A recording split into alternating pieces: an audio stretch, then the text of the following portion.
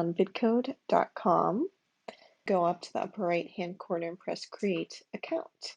Now here, if you're a teacher, volunteer, or librarian, you can sign up as an educator. As an educator, you have the choice of Google, Office, or signing up with your email.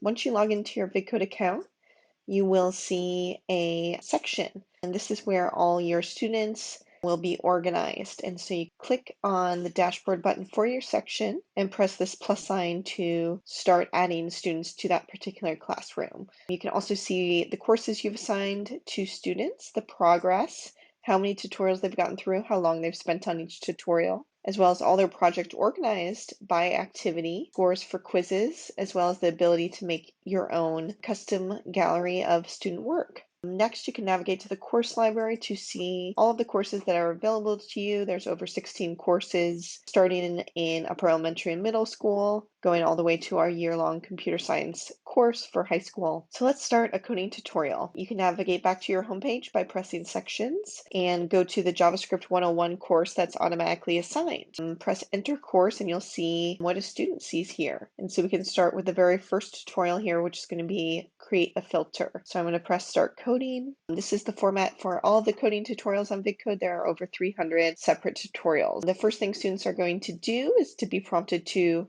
select a video or upload a video. They can also record their own face or footage directly into the canvas here. This will automatically populate their coding editor in the center, and on the left they have their self-guided instructions. So in this particular tutorial, they're going to be introduced to what is JavaScript.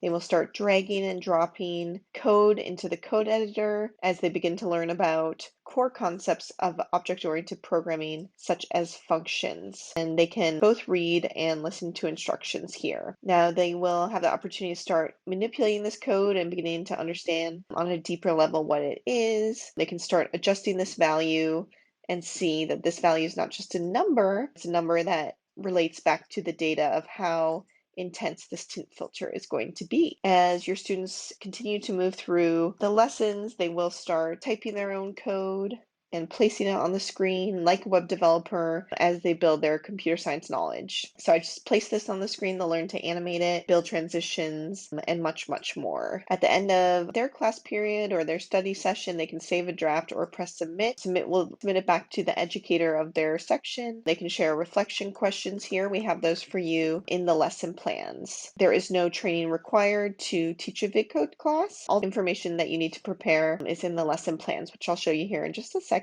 Once your students export their project, it will look like this, a bit like a YouTube video and a Scratch project put together. They can download their video, they can share it, they can embed it into other websites, as well as go back and edit or remix it, which is great for debugging as well. So lastly, I just want to show you the lesson plans. This is a big part of supporting educators and volunteers and teachers in launching either virtual, independent-driven, or classroom-led sessions with the Vidcode curriculum. And so in each lesson plan, we have hundreds of these. There's one associated for every single online tutorial. We tell you about the activity. You have pre-created slides here. You have all the standards that might be relevant to you. We've got CSTA, we've got NGSS, we've got Math Common Core, as well as AP Computer Science. You'll have a suggested agenda, background information, code challenges for students that might be moving more quickly, as well as sample solutions and those reflection questions. A great way to begin a class is to open up the sample solution and show it to students at the beginning of a classroom session. So for instance, with Create a Filter that we just looked at today, share with them that they're going to make their own video filter with code. You can start stepping through the first couple steps together, and students can finish the rest on their own. And of course, students can also traverse through the tutorial completely self-guided as well. All right, so that's a quick 5-minute video on how to set up your Vidcode account.